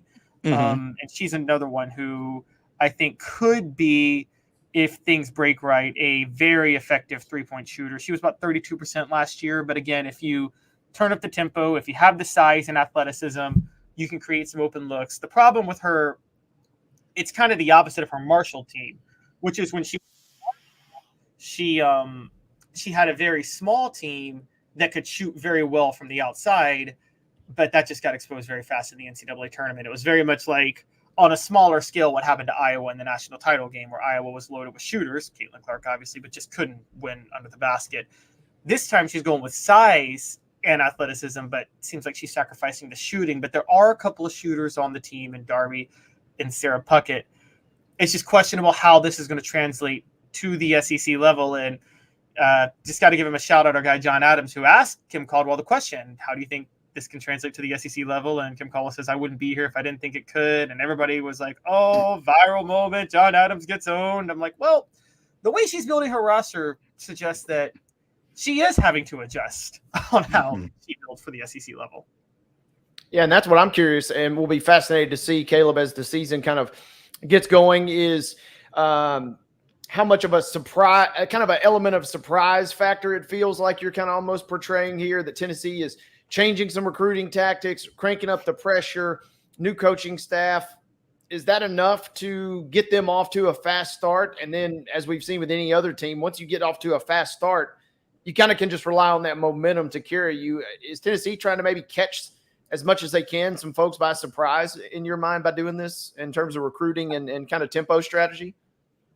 Yeah, I think that's the plan for them this year, is to hope that they can potentially, with this level of athleticism, catch teams off guard. Because again, the standard is still right now in the SEC, as we all know, South Carolina, and they play a very standard Pat Summitt style of basketball, honestly. with their half court game and their inside out and their defensive rebounding. And LSU is more athletic. LSU does have a lot of does play a lot of decent perimeter defense, but they're not that much different. But I think Tennessee's goal is to be very effective where you're in the grind of an SEC schedule and you're having to prepare for these type of teams that are very effective in their half court inside out sets with their defense and rebounding. And then you got to prepare for this Tennessee team on a Wednesday night or a Thursday night in the middle of the season. And it just ups the tempo and just changes everything. I go back to, I say that's exactly what benefited Bruce Pearl when he first took over at Tennessee. Was everybody was in the grind of, it was still very much a half court game at that time. And here comes Bruce Pearl, just control chaos and catches everybody off guard. Josh Heupel somewhat doing that in the SEC right now in football for Tennessee. And I think that is what Tennessee is going to try to do in women's basketball. And honestly, that's what Danny White is hired for. If you really look at Danny White's hiring, he's a marketer as much as he is, I'm trying to hire to win. Because he keeps hiring coaches that bring in just a fun brand of what they play. And that's not just at Tennessee with Josh Heupel and Kim Caldwell, who turned up the tempo. I mean, he brought in Nate Oates when he was at Buffalo. He hired Heupel and Scott Frost at UCF. Danny White just loves tempo. He loves offense and tempo and scoring, and he kind of knows that sells tickets. And as an athletic director, part of his job is to sell tickets. Keep the energy drinks fully stocked in Knoxville because they kind of on go at all times. And I love that kind of fascination there, or that point that you made. Tennessee sounds like the picture that you're painting.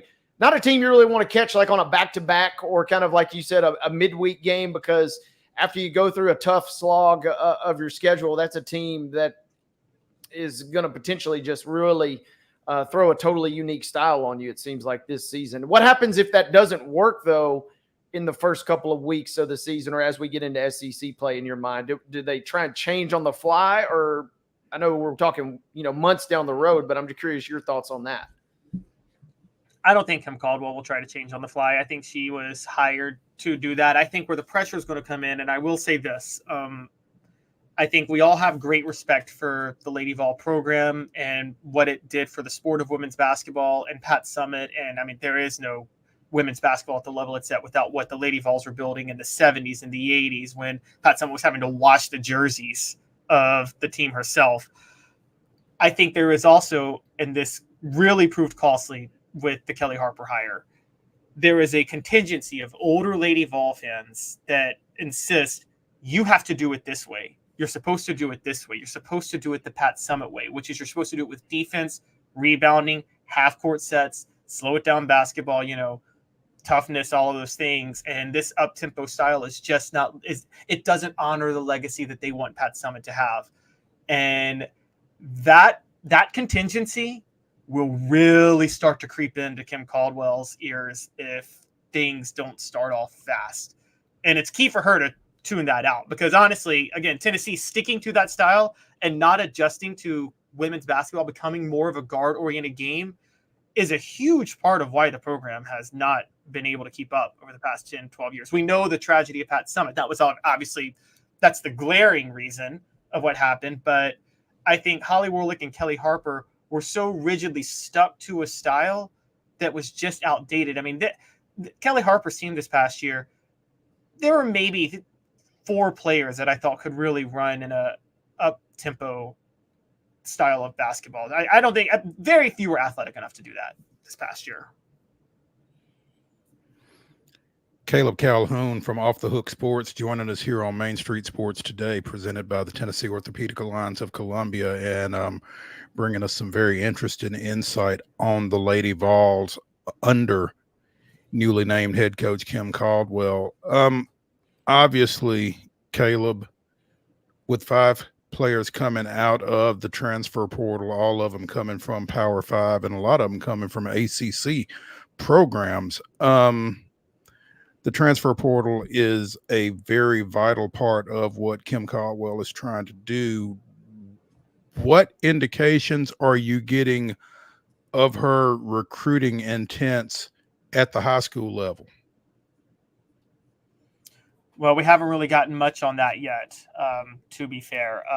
I think that Kim Caldwell isn't as focused on that in the moment. And I think the biggest reason for that is because of what she said, and what Danny White said, which is that they want to win next year. They kind of made that clear in the press conference, that they're not trying to have any sort of drop off whatsoever, which really kind of, I mean, that was alarming to me. Tennessee has one commitment right now, Kanaya Boyd. They for 2024, she is a 4-star. And that's one elite commitment that they have. But yeah, the main focus for Kim Caldwell has been to try to go the transfer portal route, because it's a very almost Dion-esque move, to be fair, because I think, and by the way, I haven't seen a lot of coaches do this. I mean, she said it wasn't after they added the most recent transfer, but after they added Samara Spencer, she came out and said, we're not done. We need to add a couple more players. And I thought, wow. So what you're basically saying is, if you basically acknowledge that if you are unlucky and you don't land a couple more transfers, you're saying to this team, they're not good enough to win next year. So she's going all in with that. I think that, I think where her mind is at is this. Because of the monopoly on recruiting, and that you got to get the 2 or 3 top 10 players in women's basketball to really compete for national championships regularly now, I think she knows she's just not going to realistically be able to do that right now at Tennessee. And so I think she finds it's kind of like Josh Heupel's first year in 2021 with Tennessee football. It was a bit of a waste of time for him to try to recruit too heavily for 2022, because you knew 2023 was going to be more of an important class, because the only thing he could really do was try to make a splash and sell himself the coach with the players he had or with the team he's dealing with. And I think that's Kim Caldwell's focus, and that's why she's going the transfer portal route right now. It's really interesting, and you know, you kind of laid the groundwork from the standpoint of the certain fan base that has an idea of how things are supposed to be done. And one of those ideas as well is that, you know, Tennessee high school basketball is good enough for, if you get the right players from those ranks, for Tennessee to be competitive the way it wants to be competitive. And, you know, I'm not sure that her visibility in those ranks right now has been what folks would necessarily like to see. And I get what you're saying, that maybe this year with what Danny White has said is more important than subsequent years. But at the same time, at some point, you got to sign some high school kids, right? Oh, absolutely. Yeah, you can't build your program through the transfer portal every year. I mean, it's just like the NFL. I mean, I don't know how, or professional sports. You know, with the era of NIL, the transfer portal, it's great, but I don't know how many professional teams have won a championship building just around free agents. For instance, in the NFL, the Rams, and that's it. That's true. only one that I know, the Rams, and that was it. That's true. Yeah. Like it, and so I agree.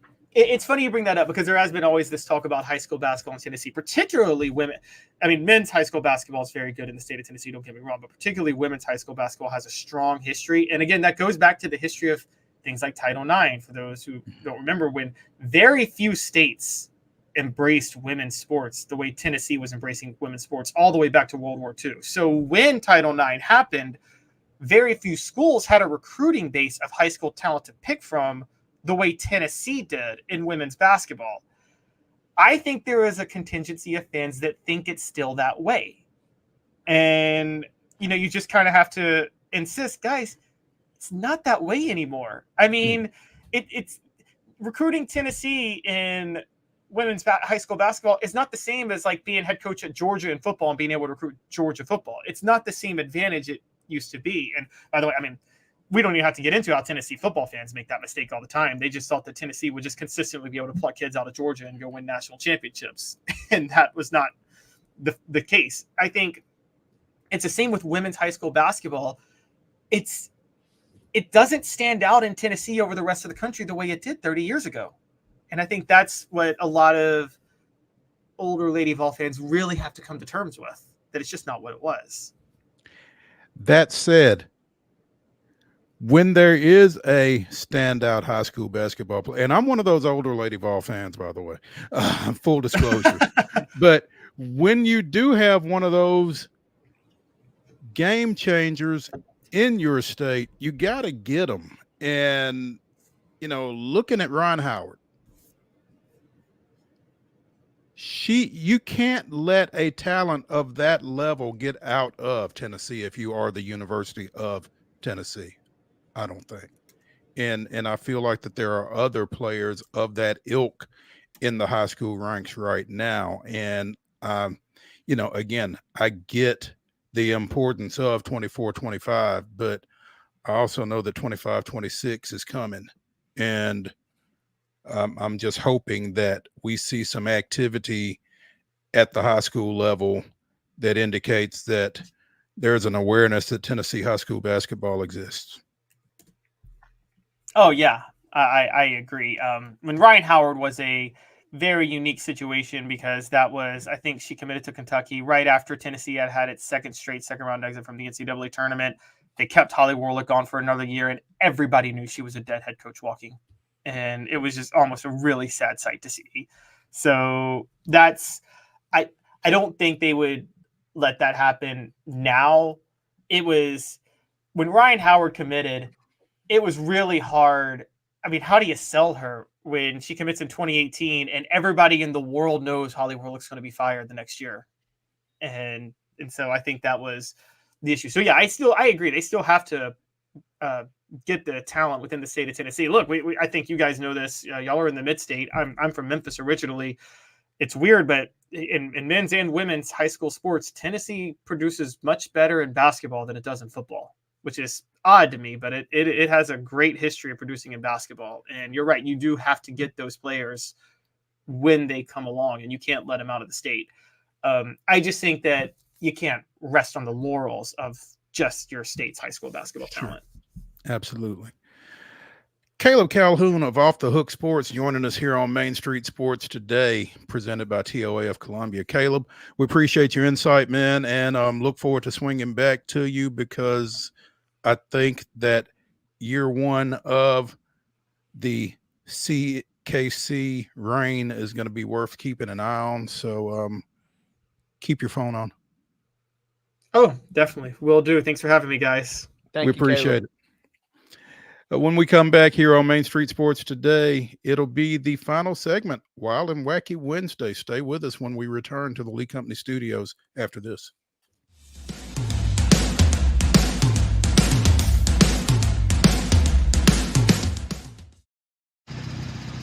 Are you the biggest race fan? Main Street Media and Rackley Roofing are teaming up to send a family of 4 to the Rackley Roofing 200 truck race at the Nashville Super Speedway on June 28th. All you have to do is head to your favorite Main Street Media site and click on the Rackley banner to win.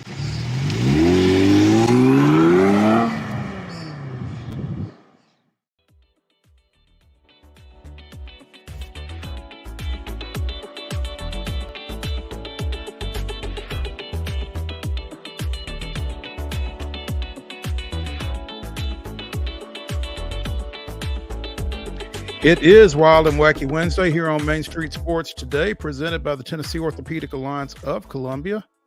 I'm Maurice Patton. That's Wade Neely. We are in the final segment of today's show, which is Wild and Wacky Wednesday. And as Tennessee leads Florida State 4-0 in the top of the third, we will start Wild and Wacky Wednesday from Omaha.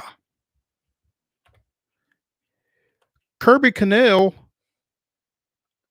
is looking to meet Kirby Cannell. There is a Des Moines, Iowa fan who shares her name with Tennessee's reliever, and she's pulling for the Vols for that specific reason. Apparently, she was at last year's CWS and realized that they both had the same name and says, I kind of want a jersey. He's got a number one fan right here. And so she is back in Omaha, apparently, hoping to run into the other Kirby Cannell. So that's got to happen, right? I don't know how it couldn't happen. It's absolutely got to happen, and we got to have pictures and that kind of thing. But yeah, how could it not happen? Yeah, I mean, and it's not like John Smith. I mean, it's a relatively unique name here we're talking about too, right? yeah. I mean, yeah, the combination in particular. I mean, yeah, Kirby Cannell. Yeah. So hopefully that meeting will come about, and as Tennessee continues to play this way, I think there's a little bit better chance of it coming about because it looks like they're going to be there for an extended period of time. So yeah, the window is a little wider than it was than it was for sure. So yeah, over the course of potentially now 2 weeks, we got to make sure that happens. Yeah. Staying in the sports realm, we talked about elephants communicating with each other in last week's Wild and Wacky. Apparently, elephants are communicating in other manners as well. Booby, the elephant oracle, predicts Germany to win Euro 2024 soccer opener. An African elephant who lives in a reserve in central Germany was tasked with predicting the victor of the Euro 2024 match between Germany and Scotland. Booby had to kick a ball toward the flags of Germany and Scotland that were on either side of a makeshift goal. The ball rolled toward Germany's. So she then waved the Germany flag and enjoyed a bucket of barley. So we will have to keep an eye on Germany, Scotland in Euro 2024, Wade. Yeah, you absolutely. Being a soccer fan, you may already have some insight into Euro. Well, I'm watching Scotland and Switzerland right now. Germany defeated Scotland Friday 5-1.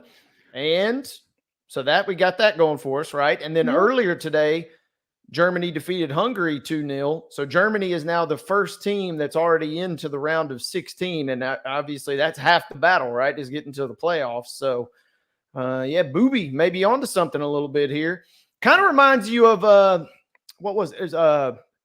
Paul the Octopus. Paul the Octopus. Yeah, back in the 2010 World Cup. That octopus was on a heater, folks. I'm not saying you should have just blindly tailed an octopus with your bets, but all I'm saying was my man was on a heater back in the South worse, African World apparently, Cup. huh? Yeah, he went something crazy like 6-0 or 7-0, including the final where he predicted that Spain would defeat, I think it was the Netherlands that year. I mean, if Booby is on that level, then yeah, buckle up. And it seems like already with Germany already got 2 wins. Keep an eye on Booby in Euro 2024. I'm also, elephants in Germany was not something that really just jumped into my frame of reference or lexicon there, but maybe that'll add to the mystique a little bit. The fact that it's a German elephant, kind of a country I wouldn't necessarily think of elephant prowess. Well, now to be fair, she is originally from Italy. So she from Italy. Yeah, so she's not a German elephant. She is an elephant in Germany. Okay, so we got Italy's in this tournament too. So you're telling me we could have a little sleeper cell type situation. Keep an eye on that Italy Germany matchup. See what Booby's got to say about that one. Yep. I will definitely. Something's up with that. I just don't know. I'll get back to you when I have my full theory constructed. Come on. On that. Mo, another one. If you're, what was it, 2001, A Space Odyssey? If you're a fan of this one, this might bring some flashbacks. But they found a strange monolith out in the desert in Las Vegas. I was just out in Vegas. I didn't see this thing out here. I saw the sphere, but I didn't see any strange monolith. But apparently, if you go out toward Gas Peak on the outskirts of Las Vegas, there's out in the middle of the rocks in the desert out there, there's just this tall kind of monolith structure that nobody really knows where the heck it came from. Nobody knows how it got there. It looks like it's kind of in a super remote area. It says that the only animals that they really know that traverse this area are bighorn sheep and desert tortoises. So we got a giant structure that does draw parallels to that 2001 A Space Odyssey, kind of just out in the middle of the desert in Las Vegas. So between that and Booby, I feel like we got some weird things going on in the world right now. Some wild and wackiness. Yeah. Just with no explanation, just out there, huh? It's just out in the middle. It's just this tall, kind of like a monument, or kind of like a statue almost that you would see. Just this tall black statue that's just out in the middle of the desert, and nobody knows. It's kind of like it's like Stonehenge almost. Nobody really knows for sure how it got there. That is wild. It's not like somebody won it at a casino and just dropped it off out in the desert. I don't think. It looks like it's pretty dang heavy. Yeah, it looks like it would take some. It would take some effort to get it there. That's what I'm thinking. Yeah, and like I said, the only animals supposedly go out there are bighorn sheep and desert tortoises. So I don't think they're hauling it out there. I don't know. Did not think we would be mentioning New England twice on one Main Street Sports Today edition, but Pollard Middle School in Needham, Massachusetts graduated 23 sets of twins. Wow. Last week, making up about 10% of its 8th grade class. According to the principal, Tamitha Bibbo, sorry. We typically have anywhere from 5 to 10 sets at most. This is quite unusual. Given our numbers, we have approximately 450 to 500 children in each grade, so this was extraordinarily high. 23 sets of twins in one graduating class. That wouldn't get confusing. No, yeah. Think of all the pranks you could pull, right? That wasn't me. What do you mean that wasn't you? That was my twin. No. Then you go to the other one. That wasn't me. Wasn't me. One of y'all is lying. Yeah. Well, which one is it? Yeah, prove it, right? I mean, you can't prove it wasn't me. Goodness gracious. It's pretty impressive. The middle school graduates must all have completed up to 10 hours of service learning in their communities, and every year the local exchange club offers 5 community service awards. This year a set of twins won an award and a donation to their charity. So I wonder if they each did 10 hours of work, or if one of them did 15 and the other one 5, or how exactly that worked out. Unusual. For sure. Absolutely. A lot of twins. That's going to do it for the Wild and Wacky Wednesday edition of Main Street Sports Today, presented by the Tennessee Orthopedic Alliance of Columbia. When we return tomorrow from the Lee Company Studios, we will be joined, as we mentioned, by MLB.com's John Denton, who will be on the ground in Birmingham, getting us ready for that Cardinals-Giants game from Rookwood Field. And also by Tennessee State men's basketball coach Brian Collins. They've got a big event coming up next weekend, so I'll check in with him as well. We will see y'all here tomorrow at 2 o'clock. Thanks for joining us.